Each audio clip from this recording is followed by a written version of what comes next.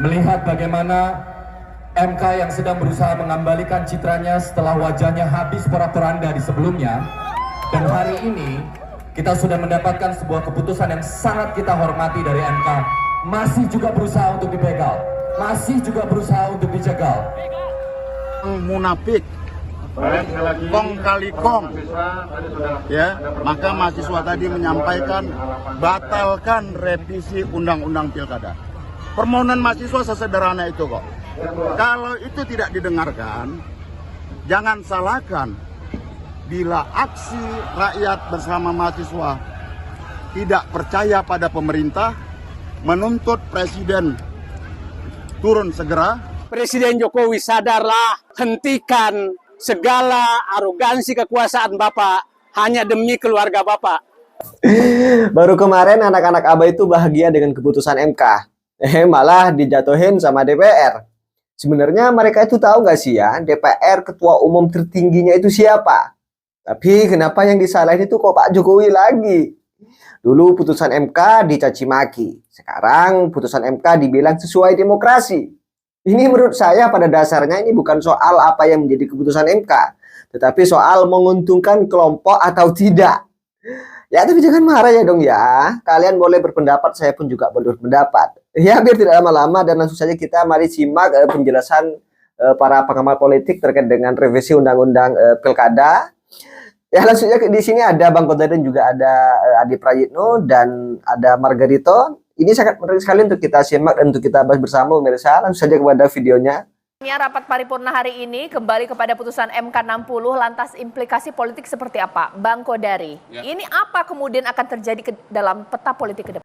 Oke pemirsa, nah sebelum ke video atau pembahasan dari para pengamat politik, ini perlu diingat oleh pemirsa semua, ini urusannya terkait dengan demo mahasiswa ini ya, ini urusan wilayah legislatif, urusannya para DPR, ya, jangan salahkan Pak Jokowi, sedangkan di DPR itu dihuni oleh ya kader dari PDIP tersebut dan bahkan ketua umum dari DPR itu pun juga Puan Maharani pemirsa, ya jadi serang Puan Maharaninya saja, jangan diserang Pak Jokowi. Ini tidak fair sekali pemirsa. Saya kira secara garis besar tidak banyak perubahan sebetulnya. Walaupun misalnya PD Perjuangan mengatakan dengan aturan yang ada potensial 150 kotak kosong. Saya kira ya, mungkin di atas kertas ya barangkali. Tetapi sesungguhnya karena ini sudah mendekati pendaftaran, maka konstelasi itu sudah walaupun kemarin misalnya belum ada wacana revisi undang pilkada oleh DPR, artinya posisi masih keputusan Mahkamah Konstitusi, itu PKS pun sudah keluar pernyataan bahwa ya sudah terlambat untuk melakukan perubahan. Artinya PKS pun tidak mungkin mengajukan calon yang lain, walaupun akibat dari keputusan MK tersebut, PKS misalnya bisa mengajukan calon sendiri gitu. Jadi saya kira sebetulnya implikasi politik dari berlakunya undang-undang atau berlakunya keputusan Mahkamah Konstitusi itu mungkin tidak sedramatis seperti yang diduga orang. Ya walaupun kemudian memang yang bisa berubah itu konstelasi di daerah yang paling banyak mendapatkan liputan dan sorotan, yaitu Jakarta. Di mana per hari ini ya kalau betul tidak ada revisi undang-undang pilkada, maka PDI Perjuangan yang tadinya sendirian tidak bisa mengajukan calon, bisa mengajukan calon. Jadi pertanyaannya sekarang udah geser nih. Apakah PDI Perjuangan akan mengajukan Anies, yang menurut saya akan menjadi kejutan yang lebih besar daripada keputusan MK, dan rencana revisi undang-undang pilkada, ya, atau dia akan tetap mengajukan kadernya sendiri, seperti Ahok misalnya. Nah, saya mau mengatakan begini, sebetulnya karena sudah tidak perlu berkoalisi lagi, apa alasan PDI mau mengajukan Anies? Karena dia bukan kader. Sementara kadernya sendiri berulang-ulang kali dikatakan surveinya cukup tinggi, mendapatkan dukungan masyarakat yang luas di Jakarta, yaitu Basuki Cahayapurnama. Begitu, Cak? Bisa jadi nggak sih kalau Kim Plus ini tidak akan sesolid sekarang? Karena partai politik di dalamnya akan berhitung kalau kita bisa mencalonkan calon dari partai kita, kenapa tidak? Ya, kalau saya agak sedikit berbeda bahwa konstelasi politik akan berubah secara signifikan, terutama partai-partai yang awalnya dikucilkan ini punya kesempatan untuk bisa mengusungkan calon. Sebut saja misalnya PDIP, ini kan kesannya di berbagai tempat nggak diajak dalam koalisi Kim Plus, di Jakarta, mungkin juga di Banten dan di tempat yang lain. Oleh karena itu yang saya sebut berubah itu adalah ketika misalnya dipersepsikan PDIP itu tidak akan mengajukan di sejumlah tempat karena dia kurang kursinya, ya saya kira dengan adanya putusan Mahkamah Konstitusi dan DPR membatalkan revisi terkait dengan Undang-Undang Pilkada, maka PDIP punya kesempatan atau partai yang lain juga punya kesempatan untuk mengusung calon gubernur, bupati, dan wali kota. Nah problemnya misalnya kalau dalam case di Jakarta, apakah betul PDIP itu akan usung Anies? Bagi saya opsinya harus dengan Anies kalau untuk mengalahkan Ridwan Kamil dan Suswono. Karena kalau melihat argumentasi elektabilitas Ahok memang runner up, tapi mentok suaranya. Nggak ada tambahan dari ceruk pemilih yang lain. Berbeda dengan Anies yang saya kira captive marketnya jauh lebih terbuka dan mendapatkan expose untuk mendapatkan dukungan yang lebih signifikan. Problemnya adalah apakah jarak ideologis antara PDIP dan Anies Baswedan itu bisa dihilangkan dalam seketika hanya karena pilihan mentok. Ini kan pilihan mentok ya. Satu sisi PDIP itu butuh orang yang kuat melawan Ridwan Kamil, dan pada saat yang bersamaan Anies butuh partai. Dan hari ini yang belum memutuskan untuk mendukung Ridwan Kamil Suswono hanya ada di PDIP. Pilihan mentok ini yang saya kira akan menghilangkan sekat-sekat ideologi antara Anies dan PDIP. Atau di tempat yang lain, di Banten. Konon Golkar sedang merevisi dukungan politiknya ke Airin yang punya elektabilitas yang tinggi. Apakah mau PDIP misalnya menyediakan kartu sebagai syarat untuk Airin bisa maju dalam pilkada? Kalau itu yang dilakukan menurut saya mantap, Cak. Jadi karena borong partai itu terjadi di berbagai tempat, provinsi, kabupaten, dan kota, nggak bisa maju karena ambang batas. Dengan adanya putusan Mahkamah Konstitusi, bukan tidak mungkin partai-partai yang dikucilkan itu menawarkan tiket untuk bisa maju. Siapa tahu misalnya kalau Airin tertarik dan nggak diusung oleh Golkar, PDIP minat maju ini bareng, bisa melawan dengan Andra Soni. Mbak Titi dan Caca sebagai orang Banten kayaknya ngangguk-ngangguk aja ini, oke gitu ya. Atau di tempat yang lain, di tempat saya ini kan hampir juga melawan kota kosong. Di situ yang petahana PDIP. Ada partai-partai yang lain yang selama ini tidak cukup untuk mengusung calon sebagai calon bupati, itu bisa usung, seperti PKB dan seperti P3. Itu artinya apa? Partai politik yang selama ini terkesan tak punya teman, dikucilkan, karena misalnya dia adalah partai politik yang duafa, nggak punya logistik, dengan adanya peraturan yang baru ini punya kesempatan untuk bisa bertanding. Hai partai politik, ingat bahwa Anda itu bikin partai tujuannya adalah untuk memproduksi calon pemimpin, bukan hanya menjadi pelayan kekuasaan. Bang Kodari, boleh ditanggapi. Jadi sebenarnya apakah akan membuat situasi konstelasi koalisi ini akan chaos? Karena waktu tinggal beberapa hari lagi loh. Iya, sebetulnya begini, PDI Perjuangan itu ada keputusan dari Mahkamah Konstitusi atau tidak. Di banyak daerah dia sudah bisa maju sendiri. Misalnya seperti di Sumatera Utara, bisa maju dia dan sudah mengajukan Edi Rahmayadi. Kemudian di Jawa Tengah misalnya, bisa maju dia. Kabarnya mau mengajukan Andika gitu. Itu sebabnya saya bilang sebetulnya kalau kita bicara daerah-daerah, terutama daerah-daerah strategis, itu tidak akan terlalu banyak perubahan. Untuk Banten sendiri memang dari kalkulasi politik, dari kalkulasi kursi partai, PDI Perjuangan bisa maju sendiri dan Airin bisa lewat situ. Tetapi pertanyaannya apakah Airin akan maju lewat PDI Perjuangan? Itu kan satu kompleksitas tersendiri. Nah, ada satu yang belum disebut oleh Adi Praitno soal Pilkada 2024. Pilkada 2024 ini berbeda dengan pilkada-pilkada sebelumnya. Karena di Pilkada 2024 ini jaraknya tidak jauh dengan pemilu nasional.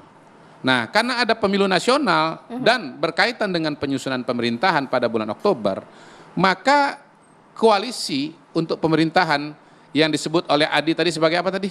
Terakhir tadi dia bilang tadi? Koalisi mayoritas. Bukan terakhir. Dikucilkan. Bukan. Apa? Pelayanan apa tadi? Pelayan kekuasaan. Oh, pelayan kekuasaan. Nah, yang disebut oleh Adi Praitno sebagai pelayan kekuasaan itu buat partai politik penting. Karena menjadi bagian dari kabinet, jadi menteri gitu. Jadi nggak bisa dilepaskan bahwa konstelasi Pilkada 2024 itu adalah kaitannya atau satu tarikan napas dengan penyusunan kabinet ya. Dan pada titik itu ada MK nggak ada MK, sebetulnya partai-partai politik ini punya ikatan yang lebih kuat dibandingkan dengan apa yang dilihat kalau hanya bicara pilkada saja. Mungkin tidak upaya pencegahan, upaya untuk membuat status ini sangat nyaman, kompetisi tidak terlalu aktif gitu ya, adem ayem saja, Kim Plus mendominasi akan terjadi seperti itu? Begini Caca, kalau kita sebenarnya tidak terlampau penting partai mana dan calon apa yang bisa berkompetisi, Yang paling penting kita syukuri dari putusan Mahkamah Konstitusi itu adalah partai-partai yang selama ini kesulitan mengusung kadernya bertanding bisa bertanding. Oke. Itu aja Sesimpel judulnya. itu ya? Ini adalah satu kemewahan di mana tak ada upaya untuk memborong partai sehingga pilkada itu ada kecenderungan melawan kotak kosong atau calon yang kemudian tunggal tapi tak ada lawan. Itu yang sebenarnya kita tidak ingin. Karena hakikat pemilu, hakikat pilkada dan demokrasi itu adalah pertandingan antara orang dengan orang, bukan antara orang dengan kotak kosong. Oleh karena itu, apakah kemewahan ini bisa dimanfaatkan oleh partai politik yang misalnya sudah terlanjur menentukan koalisi politiknya karena tidak mendapatkan tiket, atau justru akan membatalkan misalnya gara-gara ada kesempatan untuk memajukan kader. Sebut saja misalnya PKS, kenapa misalnya dia pindah ke lain hati bergabung dengan Kim? Dulu argumennya karena nggak cukup kursinya. Apa bisa dengan adanya putusan Mahkamah Konstitusi ini PKS bisa tarik dukungannya, memajukan Sohibul Iman, kader yang lain untuk maju di Jakarta. Mengingat di Jakarta itu adalah kandangnya PKS pemenang pileg di 2024. Ini kan soal challenge sebenarnya. Oleh karena itu bagi saya ke depan adalah berani tidak partai-partai politik yang selama ini misalnya kebingungan, kesulitan, tak punya partner untuk bisa bertanding, sekarang bisa bertanding. Ya. Kan esensi dari putusan dari Mahkamah Konstitusi ini adalah mengkonfirmasi dari keluhan begitu banyak partai politik. Mereka ngeluh dari dulu. Soal threshold ini menjadi belenggu bagi mereka. Nggak bisa memajukan kader potensial, nggak bisa bertanding gara-gara mereka nggak cukup syarat. Oke. Nah sekarang gembok itu sudah dibuka kok oleh Mahkamah Konstitusi. Bisa tidak partai politik itu tidak hanya berkongsi pada satu kekuatan politik, tapi muliakan kader-kader terbaiknya, usung dia untuk bertanding, kalah menang itu urusan belakang. Bagi Oke. saya itu prinsipnya. Berarti analisisnya bahwa Kim Plus itu tidak akan sesolid seperti sekarang dengan ada putusan MK 60 begitu? Tapi kalau yang sudah memutuskan pilihan politik seperti di Iya. Jakarta, seperti di Jawa Timur, rasa-rasanya dukungan politik itu susah untuk ditarik. Tapi di tempat yang lain, yang masih ancang-ancang, masih membangun konsolidasi, membangun komunikasi, saya kira masih ada kesempatan untuk melakukan opsi-opsi lain selain berkongsi dengan di tempat yang lain. Kalau di Jakarta saya kira sudah definitif semua partai deklarasi menyatakan dukungan. Tapi di ratusan kabupaten kota dan provinsi partai yang masih belum menentukan pilihan gamang, sekarang ada keindahan bahwa mereka juga bisa head to head dengan siapapun, mau dari Kim, mau dari non Kim, siapa saja masih bisa dilawan. Problemnya adalah bisa tidak kita tagih janji politik dari partai itu, bahwa mereka itu adalah sebagai tempat untuk melahirkan calon-calon pemimpin di masa yang akan datang. Pilkada itu adalah tempat untuk menokohkan kader-kader partai. Kasihan kader partai yang sejak dia lahir, dia berkampanye, membangun visi misi, kaderisasi, tapi ujung-ujungnya tidak diusung oleh partainya. Naif sekali kalian itu kan. Kalau begini ceritanya, untuk apa berpartai politik? Mending ikut Majelis Ta'lim aja. Sebentar, saya buat hitung-hitungan ya. Tadi kan di Prayitno ini, wah ini akan ada perubahan. Partai-partai majukanlah kandidat Anda gitu. Walaupun setelah dengar Bang Margarito mikir juga, emang segampang itu. Penting maju-maju aja, menang kalau belakang. Pusing, Bapak Belur. Karena medannya begitu berat ya, atau penduduknya begitu banyak. Jadi pada hari ini PDI Perjuangan saja, ini kalau saya nggak salah catat ya, makanya saya bongkar-bongkar nih dan saya pakai kalkulator ini. Tahap pertama dia sudah menetapkan 306 calon kepala daerah kepala daerah untuk 306 wilayah daerah. Hari ini mengeluarkan rekomendasi untuk 169 daerah. Saya tambahkan 475. Kalau total wilayah sekitar 550 itu sudah 86% gitu loh. Jadi sebetulnya ini yang saya bilang tadi bahwa proses-proses politik yang terjadi itu sudah mengerucut. Dan karena itulah kemudian kalaupun ada implikasi dari keputusan MK itu enggak sebanyak yang diduga oleh orang gitu. Itu satu. Yang kedua pertanyaan Caca. Kira-kira partai mana punya potensi untuk keluar dari Kim Plus? Ya mungkin secara analisis saja ya. Yang paling goyah imannya dengan MK 60 ini. Per hari ini ya, Gelora yang sudah bikin goro-goro aja.